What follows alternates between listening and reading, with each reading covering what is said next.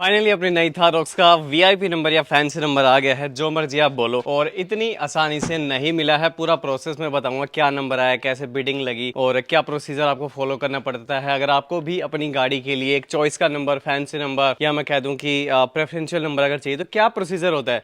और गाड़ी पे नंबर ऑलरेडी लग चुका है। बड़ी खुशी हो रही है कि जो चीज चाहिए थी वो मैंने ले ली। नंबर 1 गाड़ी चाहिए थी, वही ले ली। दूसरा जो नंबर चाहिए था वो मैंने ले लिया। अभी थोड़े दिन पहले ही नंबर इस गाड़ी का आया है, टैक्स कटवाया, फिर नंबर प्लेट ऑर्डर करवाई, तब जाके गाड़ी फाइनल हो गई है। तो जिसको सिर्फ नंबर देखना है उसके लिए मैं नंबर रिवील कर देता हूँ। सो फाइनली अपनी गाड़ी पे नंबर लग गया है। चलो अब मैं आपको बताता हूँ ये नंबर मैंने कैसे लिया, क्या प्रोसीजर होता है। If you are from Haryana and you want a number of your choice, a fancy number, a VIP number, a preferential number, क्या प्रोसीजर होता है, कितने पैसे लगते हैं, गाड़ी पे कैसे अलॉट हो जाएगा। 3 नंबर मैंने चूज किए हुए थे, 6969, 3634 एंड 1400। इंस्टा स्टोरी डाली कि भाई बताओ कौन सा नंबर लूं। सबसे ज्यादा लोगों ने जो पोल किया, वोट किया वहां पे, वो क्या 6969 के लिए एंड 1400। 3634 इसलिए मैं ले रहा था क्योंकि मेरे ब्रेजा का ऑलरेडी वही नंबर है। तो मुझे लगा कि चलो दोनों सेम नंबर की गाड़ियां रखता हूँ, सबको पता लग जाएगा भाई अगर दिखती है दोनों की, इस बंदे की। 6969 फॉर द ऑब्वियस रीजंस कि थोड़ा हटके नंबर है, थोड़ा अलग दिखेगा भीड़ में। लेकिन मुझे इंस्टा पे इसका मैसेज आया किसी का कि भाई क्रिंज लगेगा। अभी आपको ये जरूर अच्छा लग रहा होगा, थोड़े टाइम बाद यही आपको उल्टा क्रिंज लगेगा। आपकी पर्सनालिटी पे नहीं जा रहा है नंबर, तो छोड़ दो। तो मैंने डिसाइड किया 1400। कैसे पता नंबर अवेलेबल है, ये नंबर मैंने कैसे डिसाइड किया कि है कि नहीं। फैंसी परिवहन हरियाणा कुछ भी लिख दो, वहां पे जाके अभी आपको अकाउंट बनाने की जरूरत नहीं है। सीधा देखो number available, search by number. तो आप ये भी देख सकते हो कि ये नंबर पूरे हरियाणा में कहाँ पे अवेलेबल है। मैंने देखा 0005 हरियाणा के 2 ही आरटीओ में अवेलेबल था, लेकिन मुझसे दूर था, मैंने सोचा छोड़ यार। अब मुझे अपने आरटीओ में देखना था। मैंने डाला HR82 कनीना और वहां पे सारे ग्रीन कलर के बॉक्सेस आ गए। ग्रीन का मतलब है ये सारे नंबर अभी अवेलेबल है, ये नई सीरीज अभी सी की खुली थी। और जो रेड बॉक्स है वो मतलब उसपे वो फैंसी नंबर है, उसपे बिडिंग अभी चल रही है। तो मैंने 1400 की बिडिंग चालू कर दी। कोई भी नंबर, कितना ही अटपटा नंबर हो, 6785, 9764, फ्री नहीं है। अगर फ्री तभी है अगर आपको रैंडमली अलॉट हो गया, आरटीओ ने आपको ऐसे ही उठा के दे दिया कोई भी नंबर, आपकी किस्मत है कैसा मिल गया, वो फ्री का नंबर है। अगर उंगली रख दी मेरे को ये वाला नंबर लेना है, तो वो 20,000 से चालू है। फिर 20,000, 50, 75,000, लाख, 1.5, 2, 5 लाख तक ही जाता है 0001 वाला। फिर ये बेस अमाउंट है, इससे बिडिंग चालू होती है। अगर कोई बिडिंग में और आ गया बोली लगाने, तो फिर तो अपर एंड मतलब कुछ है ही नहीं चीज का। आपके पास जरूरी नहीं कि आपके पास गाड़ी हो, आप बिना गाड़ी रखे भी एक नंबर खरीद के रख सकते हो, लेकिन for the next 90 days only. आज मेरे पास कोई भी व्हीकल नहीं है, मैं नंबर लेके रख सकता हूँ, लेकिन अगले 90 दिन के अंदर मेरे को अपनी गाड़ी पे चढ़वाना पड़ेगा। नहीं चढ़वाए तो नंबर भी खत्म, जो इसके पैसे भरे वो भी खत्म। अब मेरा फाइनल हो गया था, मेरे को 10 मार्च को गाड़ी लेनी है, तो मैं 7-8 मार्च को मैंने प्रोसीजर अपना चालू कर दिया। तो अभी तक आपको अकाउंट बनाने की जरूरत नहीं थी। अब अगर आपको बिडिंग खेलनी है, अब आपको बनाना पड़ेगा एक पब्लिक अकाउंट। फैमिली आईडी से आपका अकाउंट बनेगा, मेरा अकाउंट बन गया। बिडिंग हर हफ्ते खुलती है। शुक्रवार को दोपहर 12 बजे रजिस्ट्रेशन चालू हो जाते हैं कि भाई मैं फलाना पंकज सोनी 1400 के लिए बिडिंग खेलना चाहता हूँ, मेरा नाम लिख लो। तो हर नंबर की वहां पे एक फीस होती है, सारे रूल्स रेगुलेशन होते हैं। मैं आपको थोड़ा डिटेल में तो नहीं जाऊंगा, बोरिंग हो जाएगी। तो एक ऊपर बॉक्स आता है, इसमें फैंसी नंबर्स की लिस्ट है, कितने लोगों ने अप्लाई किया इसके लिए, वो भी आपको पता लग जाएगा। उसको सिलेक्ट करो, नीचे प्रोसीड करो। अगर आपको जो नंबर चाहिए, कुछ भी नंबर चाहिए, नीचे सर्च करो। मैंने करा 1400, मुझे नंबर मिल गया। यहाँ पे उसके पैसे भी आते कि वो नंबर कितने का है। ये नंबर था 20,000 का, 1400। और कोई भी नंबर आप ले लो, जो उसकी अमाउंट है उसका 20%। 20,000 का 20 कितना हुआ, 4,000 प्लस 500 रुपए एप्लीकेशन फीस। ये मेरे को अभी के अभी पे करनी पड़ेगी रजिस्ट्रेशन के टाइम पे। और ये जो मेरी एप्लीकेशन फीस है 500 रुपए, ये नॉन रिफंडेबल है, ये कभी वापस नहीं आएगी। सिक्योरिटी अमाउंट है, रिफंड आ जाएगी अगर आप बिडिंग नहीं जीत पाए। तो जीत गए तो बाकी अमाउंट भर के नंबर ले लेना। मैंने 4,500 की पेमेंट करी, प्रोसीड किया। आगे जाके पेज पे मेरी सारी डिटेल्स आ गई कि भाई अपना देख लो, ठीक से वेरीफाई कर लो, इस नंबर से अलॉटमेंट लेटर बनेगा। सारी डिटेल हुई, फोन पे से मैंने इसकी यूपीआई से पेमेंट कर दी। अगर आपका सरकारी बैंक है, कोशिश करो उससे पेमेंट मत करना, पेमेंट अटक सकती है। मेरा HDFC था, मैंने पेमेंट कर दी। किसी भी तरीके से आप पेमेंट कर सकते हो, सारे मोड्स है। शुक्रवार दोपहर 12 बजे रजिस्ट्रेशन के लिए खुलती है वेबसाइट, और मंडे सुबह 9 बजे तक ओपन रहती है। इस बीच मतलब लोग आके अपना नाम लिखवा दो, इस नंबर के लिए मैं बिडिंग खेलना चाहता हूं। मंडे 9 बजे बंद, इसके बाद रजिस्ट्रेशन नहीं होंगे।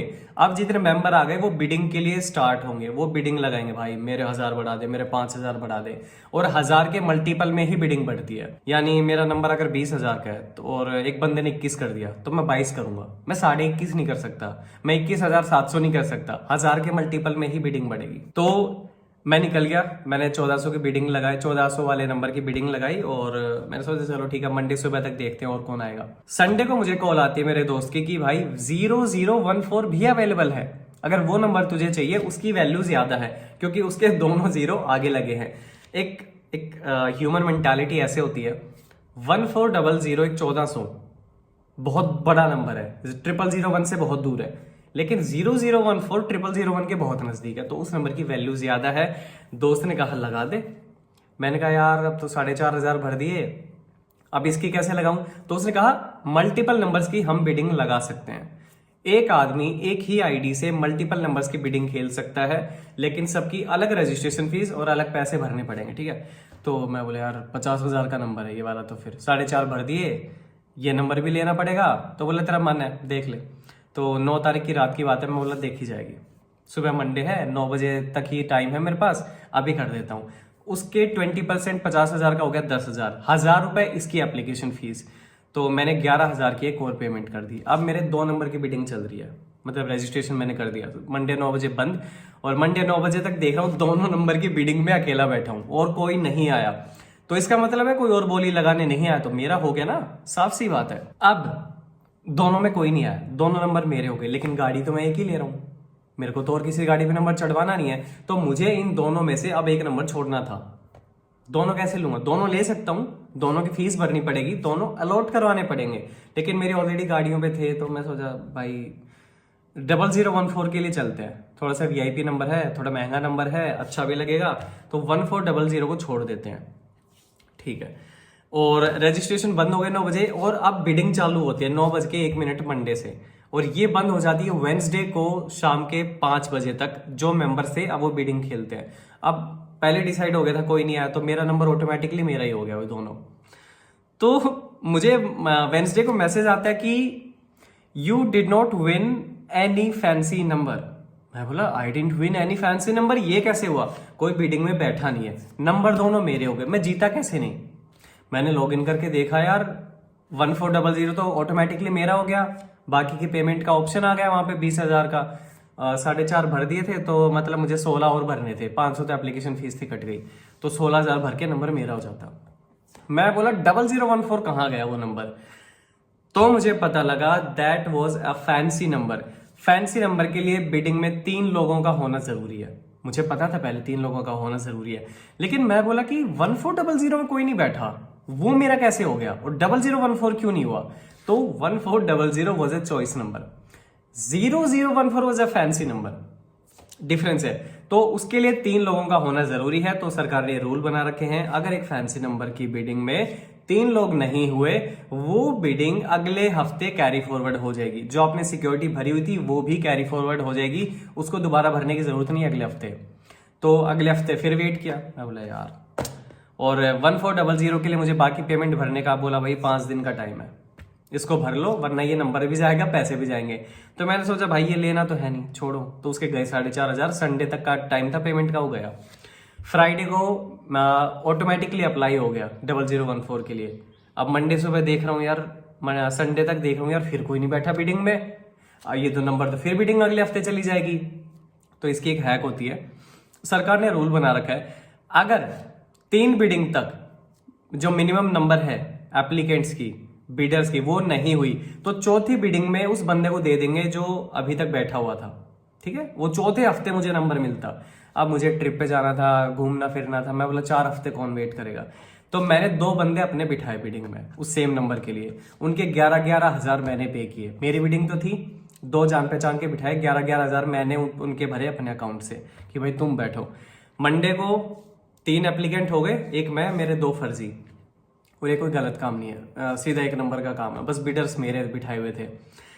अब 9 बजे बिडिंग प्रोसेस चालू हो गया मंडे को, तो मैंने अपनी बिडिंग 1000 रुपये बढ़ा दी और उनको उतने पे ही रखा, 50 पे। मैंने अपनी बिडिंग 51 कर दी एंड वेंसडे को आ गया कि you have one this fancy number, क्योंकि मैंने अपनी बिडिंग 1000 रुपये वहां से अप कर दी। प्रोसीजर होता है कि आप चेक कर लो कितने बिडर हैं, मैक्सिमम बिड इस पे कितनी चली है अभी तक, आपको पता है। तो वो नंबर मेरा हो गया, मेरे पास बाकी की पेमेंट का ऑप्शन आ गया। मैंने बाकी की पेमेंट उसके 40,000 पे करी और वो नंबर मेरा हो गया। उसका अलॉटमेंट लेटर मुझे तुरंत मिल गया। यहाँ पे 1400 जो नंबर था वो तो क्रैश हो चुका था, वो खत्म, पूल में वापस गया वो नंबर। वो अगली बिडिंग में किसी और को अगर मिलना होगा तो मिल जाएगा। तो ये नंबर मेरा हो गया। अब जो 2 लोग बिडिंग नहीं जीते, जो मेरे 2 लोग थे या कोई भी 2 रैंडम लोग हैं जो बिडिंग नहीं जीत पाए, उनको वो पैसे automatically same mode of payment में रिफंड हो जाते हैं अगले 15-20 दिन के अंदर।